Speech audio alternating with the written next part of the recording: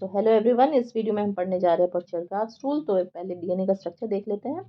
So DNA is a polynucleotide. कहने का मतलब ये न्यूक्लियोटाइड मोनोमर से बना होता है। इसमें 2 एंटी पैरेलल चेन्स होते हैं और इसमें शुगर फॉस्फेट जो है वो हेल्ड टुगेदर है बाय फॉस्फोडाइएस्टर बॉन्ड। शुगर और फॉस्फेट के बीच फॉस्फोडाइएस्टर बॉन्ड होता है।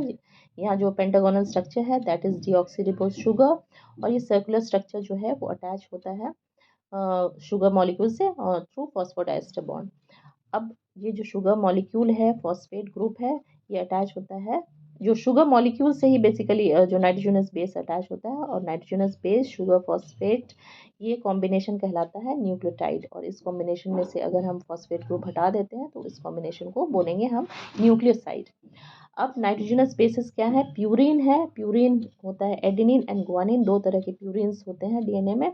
और पायरिमिडिन बेसिस जो है वो है साइटोसिन एंड थायमिन।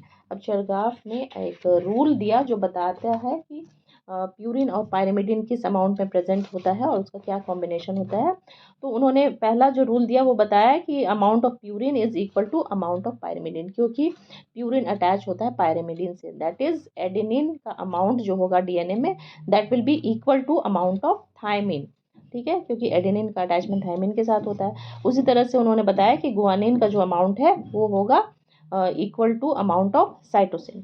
ठीक है, ये पहला रूल था। दूसरा रूल जो उन्होंने दिया कि A+T/G+C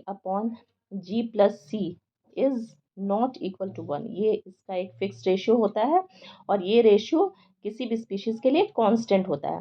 अब इसका क्या वजह है? इसका वजह ये है कि amount of the 2 purines that is adenine and guanine is not the same.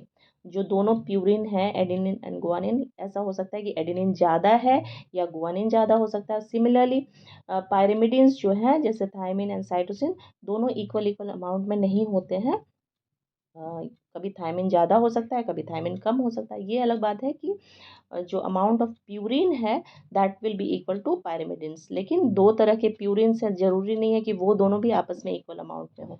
इसीलिए A+T/G+C is not equal to 1, और इसका एक फिक्स रेशियो होता है जो कि किसी पर्टिकुलर कांस्टेंट होता है किसी पर्टिकुलर स्पीशीज़ के लिए। So this